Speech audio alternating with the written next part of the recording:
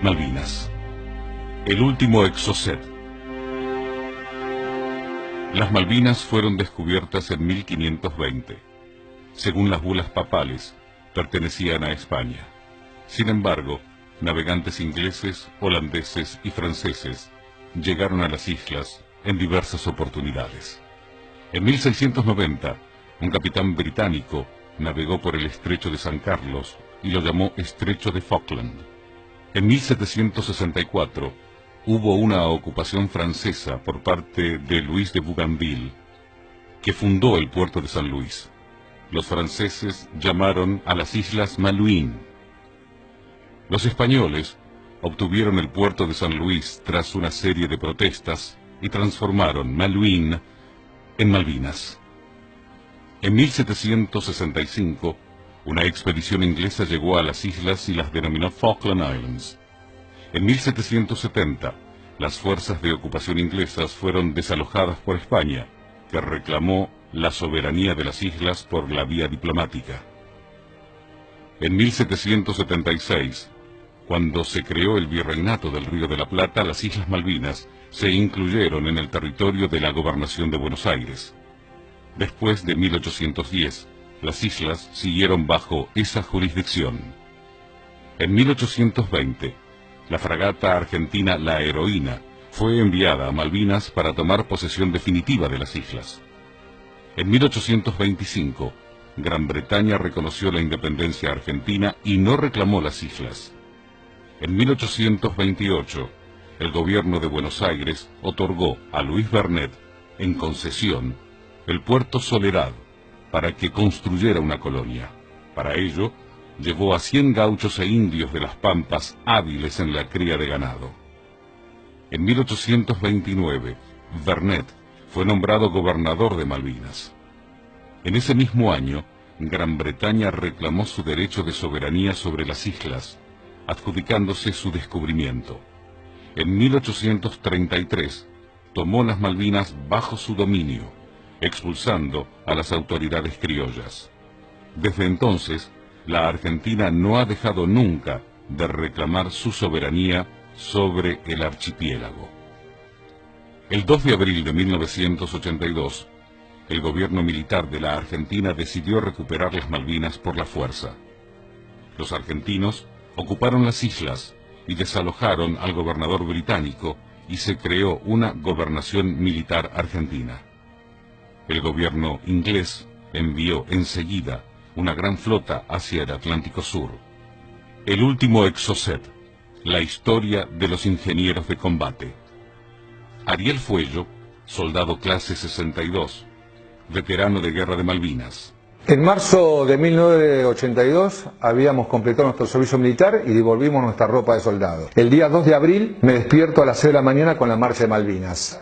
Planteamos la necesidad de que nosotros, con la experiencia que teníamos, nos debíamos incorporar a la compañía. Decisión de que se conformaba una compañía solamente soldados de las clases 1963 que se habían incorporado apenas 45 días atrás. Planteamos la necesidad de que nosotros, con la experiencia que teníamos, nos debíamos incorporar a la compañía. Preguntamos qué tipo de vehículos iban a llevar y cuando nos informan que llevan la grúa y los camiones, tomamos la decisión de que teníamos que viajar con la compañía. Éramos los únicos que teníamos la experiencia necesaria para manejar este tipo de equipos y al plantearlo nos dijeron que no querían que vayamos en forma obligada, sino que iban a armar una formación, teníamos que partir como voluntarios. Y así fue, dimos un paso al frente y de los 25 soldados de la clase 1962, 19 viajamos con la compañía Malvinas.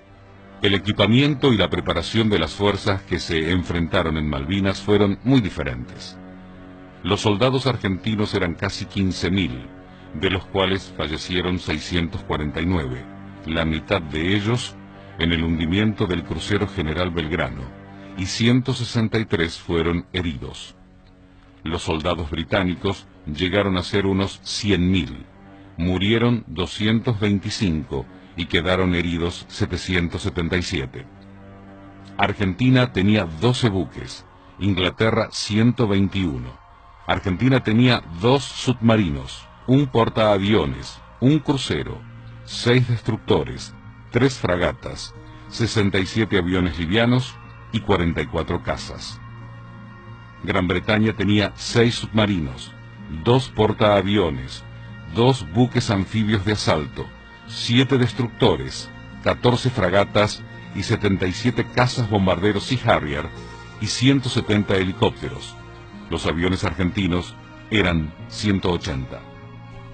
Los aviones que perdió Argentina durante la guerra fueron 47.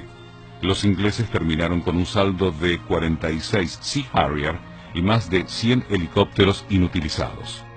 El Exocet AM-39, fabricado en Francia, es un misil antibuque de medio alcance, subsónico. Es un misil relativamente compacto, diseñado para atacar buques de guerra desde aviones y barcos. La Armada Argentina adquirió 14 Super Étendard en 1980. El 7 de diciembre de 1981 se incorporan a la segunda escuadrilla oficialmente con la recepción en Argentina de los primeros 5 aparatos de la serie, junto a 5 misiles AM-39 Exocet.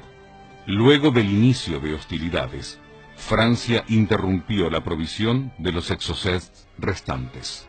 Empezamos a trabajar duramente durante los meses de abril, minando las playas de los posibles desembarcos de la flota inglesa que ya había partido desde Gran Bretaña apenas 3 días después de nuestra recuperación de las islas. Y a partir del día 30 de abril, cuando habíamos terminado de bajar los elementos de combate que traíamos arriba del buque Formosa, se produce al otro día, el 1 de mayo, el primer bombardeo, que fue a las 4:30 de la mañana de los aviones Vulcan. A las primeras horas de la madrugada del 1 de mayo de 1982, una escuadra de aviones Vulcan se acerca a Malvinas con la intención de bombardear el aeropuerto. A las 7:40 explota una bomba con retardo y comienzan las hostilidades con aviones Sea Harrier. Mientras tanto, desde las fragatas británicas cañonean a Puerto Argentino. Los intentos de desembarco fueron rechazados por fuerzas argentinas que averían un buque inglés y 2 aviones Harrier resultan destruidos. La clase 1961 es convocada.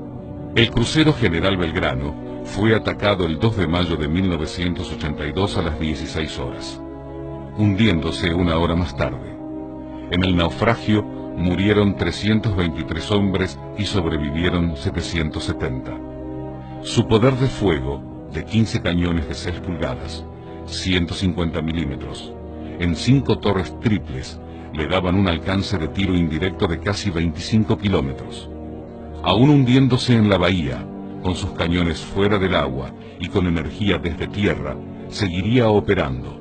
Por mar, ningún buque inglés hubiese llegado a menos de 25 kilómetros sin ser destruido por el viejo navío. El Ara General Belgrano fue el primer barco hundido durante una guerra por un submarino nuclear de ataque. El 4 de mayo, un misil Exocet AM-39 de menos de $500.000 había impactado en un destructor CL-42 Sheffield de 150 millones. De los más modernos de la flota, dejándolo fuera de combate, provocando la muerte de 20 enemigos e hiriendo a otros tantos. La Armada Argentina decide efectivizar un plan de estudio, llevar 2 Exocet MM-38 a las islas para tener poder de fuego disuasorio para la flota británica. Nuestra función en Malvinas era mantener todos los vehículos en movimiento. El 25 de mayo nos informan que la grúa PIH Omega había salido de servicio. La revisamos y tenía quemado el burro de arranque. No teníamos repuesto, pero sabíamos que en el galpón de la Falkland Company había un motor de similares características. Se lo sacamos, lo adaptamos y después de 12 horas de trabajo, la grúa volvió a funcionar. 6 días después, el 31 de mayo, con la grúa ya funcionando, nos llaman para que descarguemos un aparato del aeropuerto. Venían en un Hércules, un catafalco que eran 8.000 kilos de fierro. Ahí nos dimos cuenta cuando nos miramos que era un sistema de defensa costero. El llamado ITB. El 21 de mayo, los británicos desembarcan y logran establecer una cabecera de playa en Puerto San Carlos, sufriendo daños de importancia en 4 fragatas, el hundimiento de la fragata Ardent, la pérdida de 3 aviones Harrier y 2 helicópteros, debido a la resistencia de las posiciones argentinas en las Islas Malvinas. Los combates aeronavales tuvieron una gran violencia, reconociéndose en esa batalla el valor de los aviadores argentinos.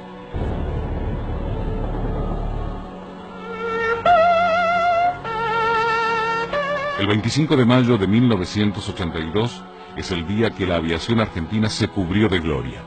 Los pilotos de la Fuerza Aérea y la Armada averiaron a 3 fragatas misilísticas y hundieron al transporte pesado HMS Atlantic Conveyor y hundieron al destructor HMS Coventry, asestando un duro golpe a la fuerza invasora británica. El ataque fue una verdadera hazaña. Los aviones argentinos no tenían protección antimisiles e igualmente lograron dejar fuera de combate a los elementos más letales con que contaban las fuerzas británicas. Sumada a esta derrota naval, la aviación inglesa ataca Puerto Argentino y pierde 3 Sea Harrier. El día 30 de mayo de 1982 quedará en la historia de la aviación mundial. Luego del hundimiento del HMS Atlantic Conveyor, quedará solo un Exocet AM-39, la última oportunidad de golpear a la flota con esa herramienta. El ataque al Invencible se visualizó perfectamente en sus consecuencias, porque nosotros visualizamos en la pantalla que algo raro estaba pasando por el movimiento distinto que existía hacia el lugar donde estaban los buques. Ya no todos convergían hacia el lugar de donde salían, sino que convergían hacia otro punto. Los Harrier que estaban en vuelo eran recuperados en otros puntos que a nosotros nos producía el desconcierto de decir, ¿qué pasa acá? Acá veo que el misil se desprende. Yo nunca había visto lanzar un Exocet, o sea, para mí los misiles se lanzaban como los que tirábamos nosotros, aire-aire, que salían desde la lanzadora, pero este era distinto, este se desprendía completamente inerte y por caída libre, y unos metros abajo del avión prendía el motor cohete y salía el misil hacia adelante. Los Super en este punto regresan hacia Río Grande, se terminaba su misión acá, ellos ya no tenían más nada que hacer. Nosotros seguimos volando atrás del misil, atrás de la estela. Unos instantes después de que desaparece el misil en el horizonte, en el mismo horizonte y en el mismo lugar donde desaparece el misil, aparece la silueta de un barco, de un buque, totalmente distinta a la silueta de un buque normal. Sentí una explosión a mi izquierda, miré y vi una 4 que explotaba, se le volaba un pedazo de plano e impactaba en el agua. Esa fue una imagen muy fugaz. Volví a mirar al portaaviones, sigo viendo al frente, entro a distancia de cañones, un poco antes en realidad de distancia de cañones, empiezo a tirar, sabiendo que empecé a tirar antes, pero en realidad ya me había pasado anteriormente. El entrar tirando cañones me fortalecía, o sea, me daba a mí, me daba coraje, me daba energía, no sé, era algo, y sentía que no me iba a pasar nada. Y cuando estuve encima, el portaaviones estaba totalmente cubierto de humo, de la mitad para abajo era todo humo, estaba lleno de humo, estaba envuelto en humo. Mi altura de vuelo era entre la pista y el agua, la pista del portaaviones y el agua estaba en la mitad, y al portaaviones lo agarro desde atrás. O sea, el portaaviones estaba yendo en la misma dirección que yo estaba atacando. Así que le tiro mis bombas en la popa, parte de atrás, y como estaba muy cerca y no pude salir por arriba porque era muy grande y muy alto, hice un viraje a la derecha y le pasé por todo el lateral derecho al portaaviones. Viré a la izquierda y puse rumbo de escape. Los misiles MM-38 habían sido diseñados para ser lanzados de buque a buque. Los tuvimos que engañar y recrear las condiciones para poder ser lanzados de tierra. Nuestra función era montarlos por la noche y desmontarlos a primera hora para poder ocultarlos de los ojos ingleses. Cuando arriban los Exocet y preguntamos de qué manera se lo había preparado, nos informan del engaño que necesitaba el misil para poder ser lanzado. Tuvimos la certeza de que iba a funcionar, a pesar de la complejidad que se produjo en el primer lanzamiento, que fue el día 1 de junio. Lo armamos por primera vez Iba a ser el primer lanzamiento que se iba a llevar a cabo a partir de las 2 de la mañana. Lamentablemente este lanzamiento fue fallido por falla de uno de los componentes del sistema. Lo volvimos a desarmar a las 4 de la mañana y el sistema quedó inoperativo durante 4 días. No había más misiles en las islas. Ese primer lanzamiento errado generó la revisión de todo el sistema. Y como no podía ser de otra manera, el componente que falló en el primer lanzamiento del Exocet fue un componente inglés y no teníamos reposición. Nos pusimos a buscarlo junto con la gente de la Marina en toda la isla y justamente el sistema de defensa antiaéreo SEACAT, que era de origen inglés, tenía un kit de repuesto donde pudimos encontrar el componente que había fallado en el primer lanzamiento. Para engañar el misil hubo que construir 4 sistemas que imitaran lo que el misil tenía dentro del barco. El primero era la rampa de lanzamiento a 35 grados para que una vez que despegue el misil tenga la altura necesaria para poder nivelarse contra el mar. El segundo elemento era la energía eléctrica, que se suplió con un grupo electrógeno Siemens de origen alemán de 1945. El tercer elemento era la computadora móvil que le daba la información al misil para ser lanzado. Y el último elemento, el radar RASIT, que era el que daba la posición del objetivo en el momento de ser lanzado. Y tenía un alcance máximo de 30 kilómetros. Más allá de que el misil tenía una distancia posible de disparo de 40 kilómetros, nuestra limitación era de 30 kilómetros por el alcance de este radar móvil. A partir de ese día, los ingleses sacan un helicóptero simulando ser un barco para traer algún disparo de misil. No había misiles en la isla, por eso el helicóptero voló 4 días y no recibió ningún tipo de impacto. Recién el 8 de junio llega un nuevo juego de misiles, pero los barcos no se ponían en nuestra ventana de fuego. Ese día 12 de junio el radar marcaba la distancia de 29,960. Rápidamente cargan la información de esa distancia, pero había que transformarla. El radar RASIT nos informaba la distancia en metros, pero al misil había que cargarle la información en grados. Con una tabla de conversión rápidamente se convierten esos metros a grados y se le pasa la información al misil. El misil trabaja captando esa información y devolviéndola para verificar que el destino es el correcto. Una vez que se verificó esa información, se le dio lanzamiento y el misil voló a 900 km por hora.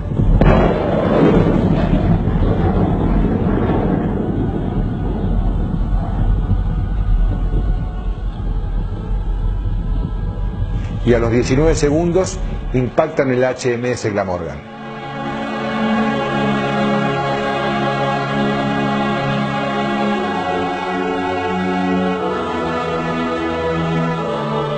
Esta es la primera vez en la historia que un buque es alcanzado por un misil lanzado desde tierra. El jefe de sistema, el 14 de junio, decide volarlo. Su jefe le pregunta: ¿los ingleses tienen misiles Exocet? Sí, entonces no lo vuele. Que vean la capacidad argentina para innovar y poder despegarles desde tierra a un buque en alta mar.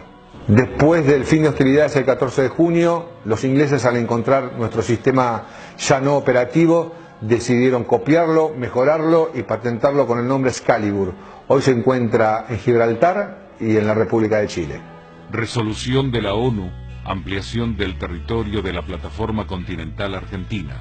El 11 de marzo de 2016, la Organización de las Naciones Unidas dio lugar al reclamo iniciado en 2009 por el Estado argentino y aceptó la ampliación del 37% de la plataforma continental en el Atlántico Sur. Los nuevos límites fueron aprobados por la Comisión del Límite Exterior de la Plataforma Continental de la ONU, integrada por 21 expertos internacionales, dentro de la Convención sobre el Derecho del Mar. El 1.700.000 kilómetros cuadrados recién reconocidos como territorio argentino se suman a los aproximadamente 4.800.000 kilómetros cuadrados que ya integraban la plataforma continental argentina. La ONU ha tomado el caso argentino como un leading case, es decir, un punto de referencia, ya que es la primera vez que un país emplea todos los recursos disponibles para demostrar los límites de su territorio.